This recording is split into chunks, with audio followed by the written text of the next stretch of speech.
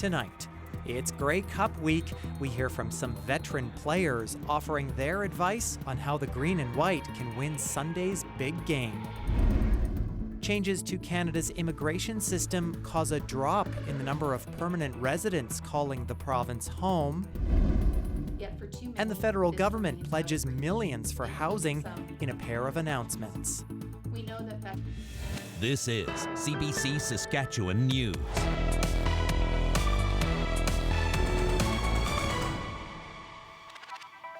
It is Wednesday, November 12th, and the CBC Saskatchewan News starts right now.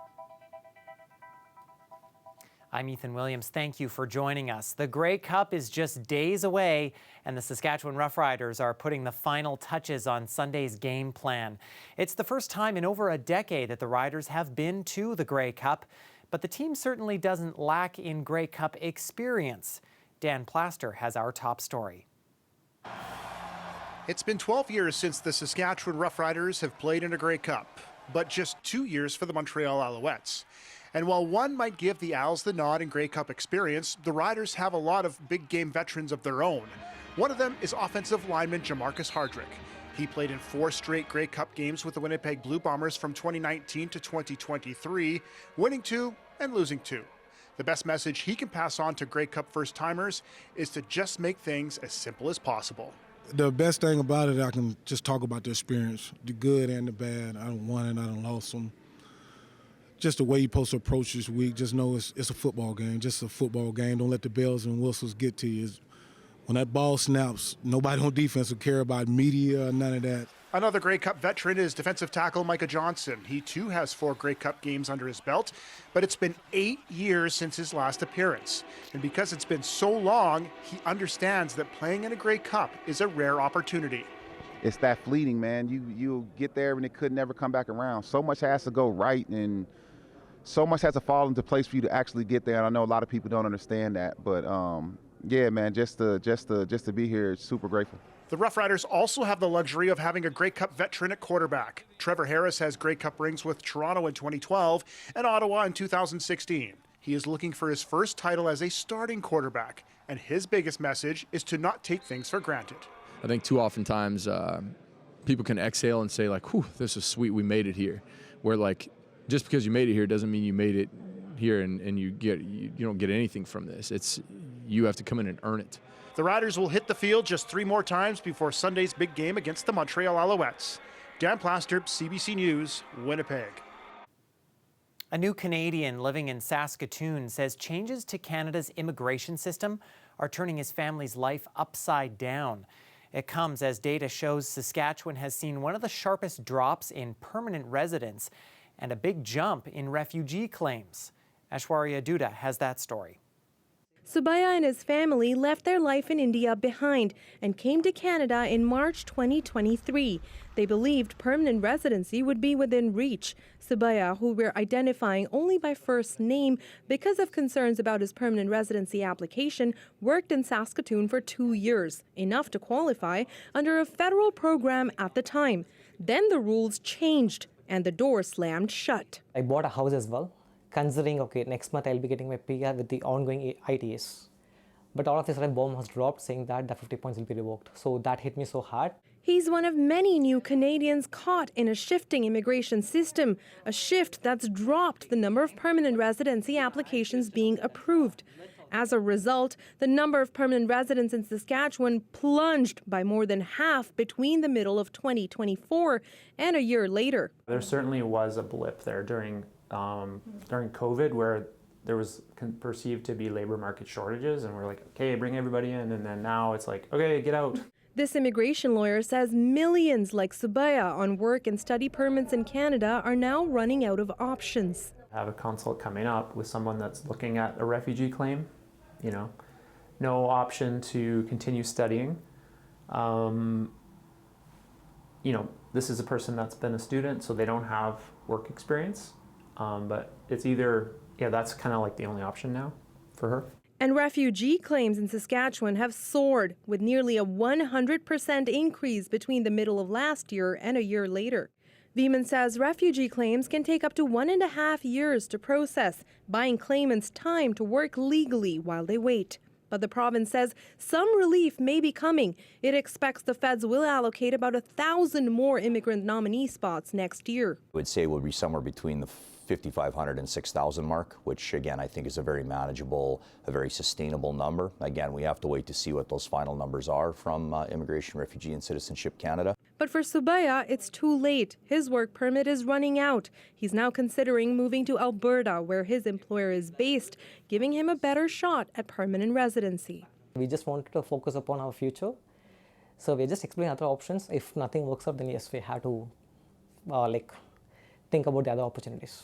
The province says it's prioritizing industries like healthcare, agriculture, and skilled trades for permanent residents. It will also likely continue with caps on sectors like food and transportation this year, all in line with the federal shift from a more points-based immigration system towards a more labor needs-based approach.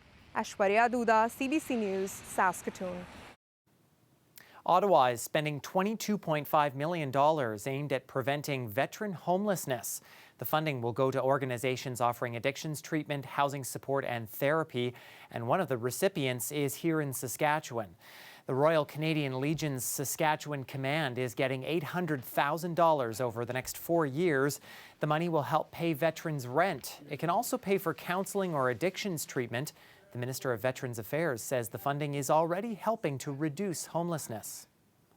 Through programs like this with the wraparound supports, we've been able to see them find permanent, stable housing and be able to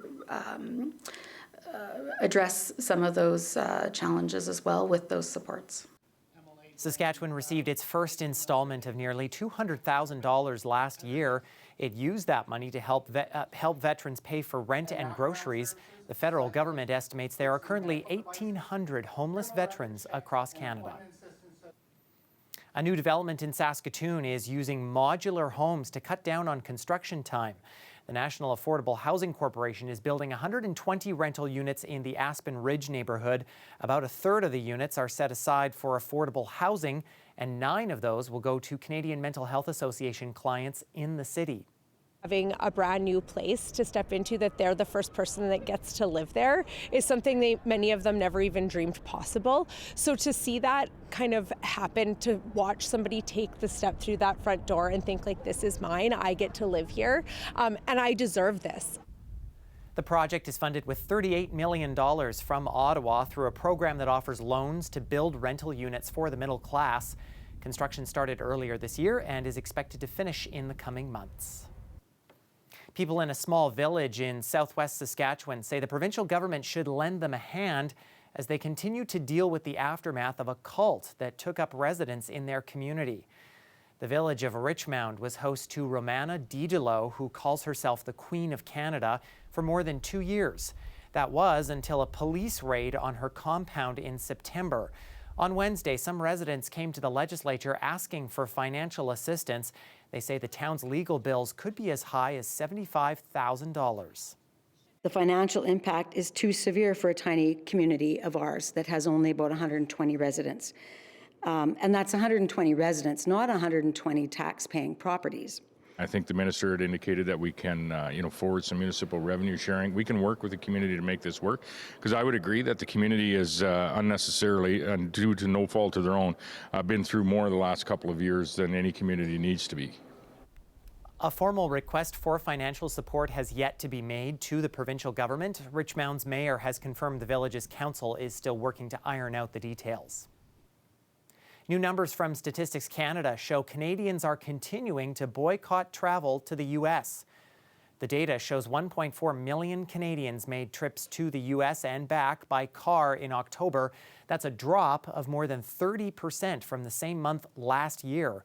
The number of Canadians making return trips by air south of the border was about 437,000. That is down nearly 24% from a year earlier. The University of Saskatchewan Huskies football team is gearing up for the Mitchell Bowl at home this weekend, but the team is now confirming they will be without their veteran quarterback. The university announced Wednesday that Anton Amandrud has cancer. The 23-year-old was recently diagnosed with lymphoma. The fourth-year quarterback hadn't been playing since week 5 in the team's season. After leading the Dogs to a 4-1 start, Amadroud became the Huskies' starting QB in 2023. This season, he was the leading passer in Canada West and earned an All-Star nod before he stepped away. Well, a look now at Princess Auto Stadium in Winnipeg, where, of course, those Grey Cup preparations are underway. We're going to head back to Winnipeg after the break for more Grey Cup coverage as Dan Plaster catches up with Riders General Manager Jeremy O'Day to talk about his return to the big game after 12 years. We're also going to hear about some Regina retirement home residents who are getting into the Grey Cup spirit. That, plus a look at your forecast, coming up after the break. Stay with us.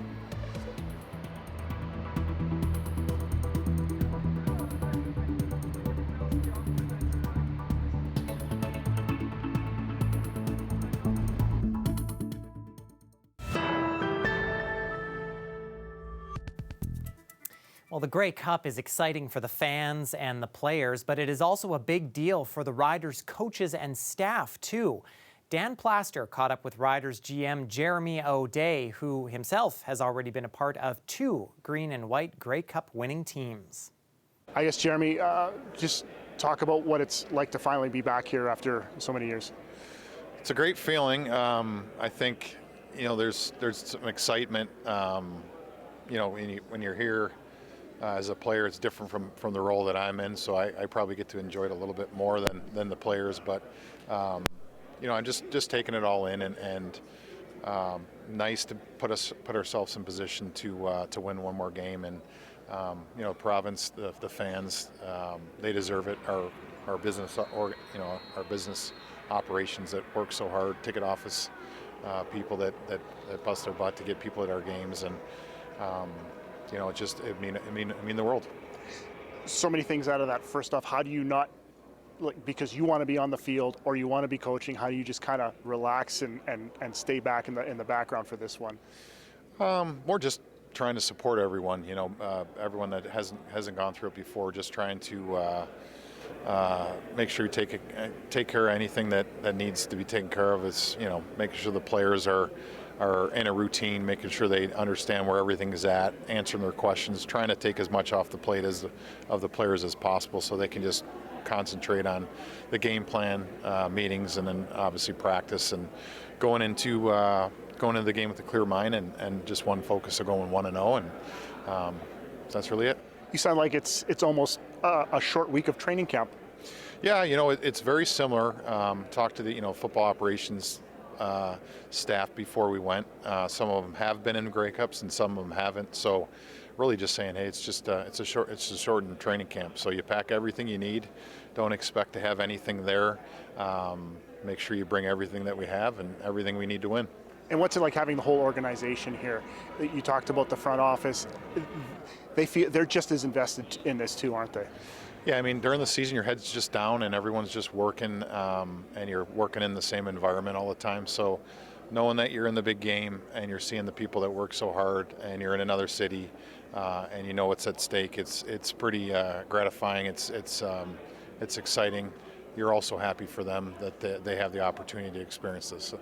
How are you able to enjoy this?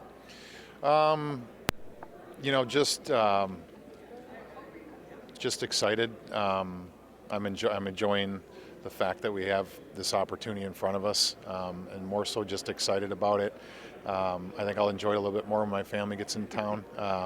They were, pretty young the last time we went to one, so it'll be nice for them to be able to see it as grown-ups. So I'm excited for them to see that, but really excited for the players that worked their whole careers to get to this opportunity. You've been in this province for so long now. You are a Saskatchewanian. Do you understand how much it means to this province, not just to be here, but to possibly win this championship? It means the world. If anyone knows it, I know it. I think I've been a Rough Rider for more than half my life, and so it's something that I think about every single day, about bringing a championship. Every time I look up at the banners, I envision more banners, and so it's what motivates me and drives me, and that's really the only thing I ever think about.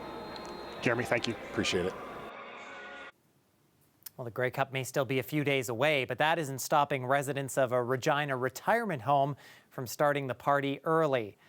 People living at the Renaissance retirement home took on the job of rider cheerleaders Wednesday. It was all part of a Grey Cup party featuring some rider alumni. There were also some green and white themed treats that were handed out, and even rider trivia to put residents' football knowledge to the test. Residents say they are looking forward to watching the big game. This is the most exciting one for me. I guess as you age, you kind of think, well, maybe I won't be around for another one. So you know what? It's really exciting. There's nothing like coming together for a party, and the residents enjoy getting together, and it helps them to remember things that they were involved with years ago. And they love the riders. And of course, Green is the Color was played for everyone to sing along to. No doubt they'll be together again on Sunday to watch the game.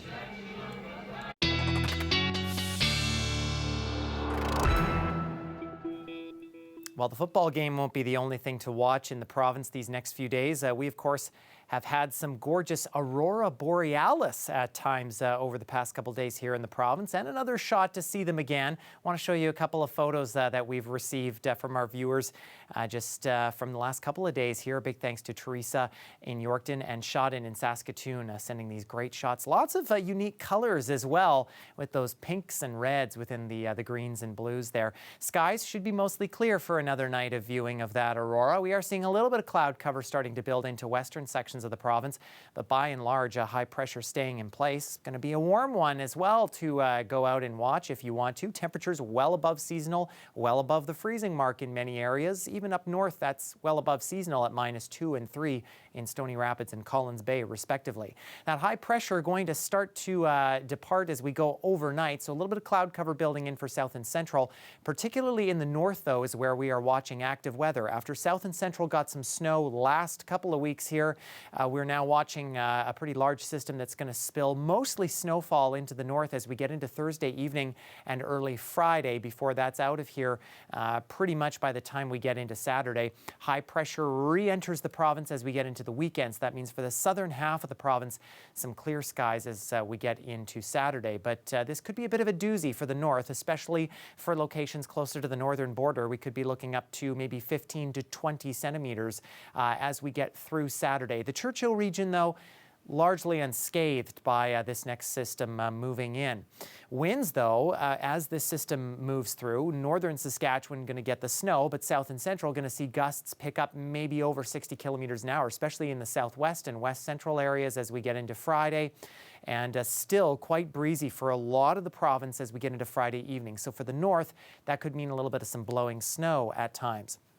This system comes as we've generally seen sort of a drop in temperatures up north, but for south and central, the warm air that we've been seeing going to continue and maybe even intensify a bit as we get into the rest of the work week here as another ridge starts to build out in Alberta, and that'll shift its way eastward for Friday before things sort of return a little bit back to normal as we get into the first part of the weekend. So temperature-wise, that means, yes, possibly double digits for Regina over these next couple of days. Should be around -1 for a high this time of year. Then we're back closer to the freezing mark as we get into Saturday, Sunday. We'll have to watch Monday, Tuesday, because that's when it looks like there could be a system disrupting south and central Saskatchewan before that clears out in time for Wednesday, leaving us with daytime highs dropping back below the freezing mark. Saskatoon, I think this next system may be looking to take a bit of more of an aim at you in central Saskatchewan, but before then, we got a couple of nice warm days, maybe not jumping into double digits like Regina, but still well above seasonal. Again, Monday, Tuesday is when we'll watch that system, and boy, -7 on Wednesday, that feels chilly, but look at those overnight lows, still not a single one approaching normal for this time of year. We should be around -8 or so. So generally overall, we'll watch for some nice weather with the possibility of some snow coming down the road. The city of Saskatoon says as the temperatures get colder, eventually, items may get stuck at the bottom of your green cart. And to prevent this, the city says you can line your cart with things like recycled newspaper, paper bags, or pizza boxes, and make sure to set out your cart for collection, even if it's not full. You can also use a broom or shovel to make sure those items get loose at the bottom of your cart. Stay with us. We have more news after the break.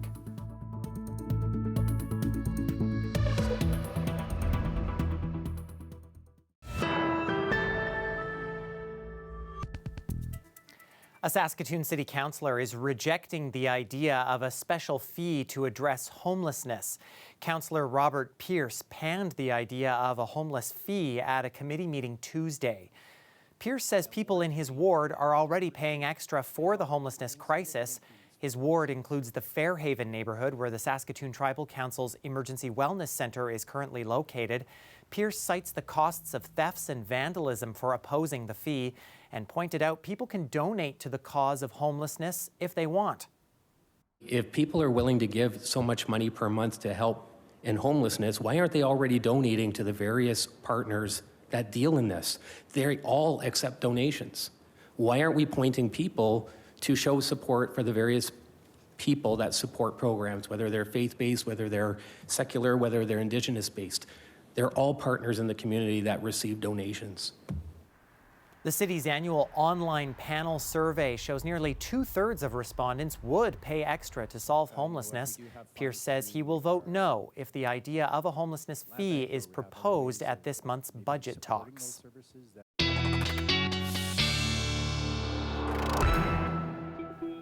Well, another good chance to catch the aurora borealis Wednesday night in the province is being caused by a large geomagnetic storm on the sun, and a G4 geomagnetic storm watch has been issued, one of the highest ratings that can be issued for this sort of thing. So there's a very good probability, as you can see there, of the aurora being visible over the prairies. Of course, it all depends on where the cloud cover is. And overnight, Wednesday into Thursday, a lot of us looking at mostly clear skies, except if you're closer to that western border. I think a little bit of that cloud cover will be moving in a little bit earlier into the evening as we see temperatures dropping into about the mid to minus single digits. About the same for the north of the province. Definitely cloud cover building in there. I think your chances of seeing the aurora a little slimmer as we continue to see cloud cover build in through the day. And yes, that snow beginning for western sections of the north as we get into the afternoon. For south and central, again, it's mostly the wind that's going to be a concern for us. But other than that, we'll continue to see a partly to mostly sunny day for the south. Some cloud cover building in for central sections.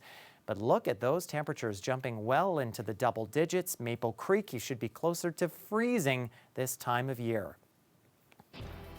And that is our news for this Wednesday. For more news anytime, you can head to cbc.ca/Sask or subscribe to our CBC Saskatchewan YouTube channel. And of course, you can also download the CBC News app on your smartphone or tablet. Thanks so much for watching.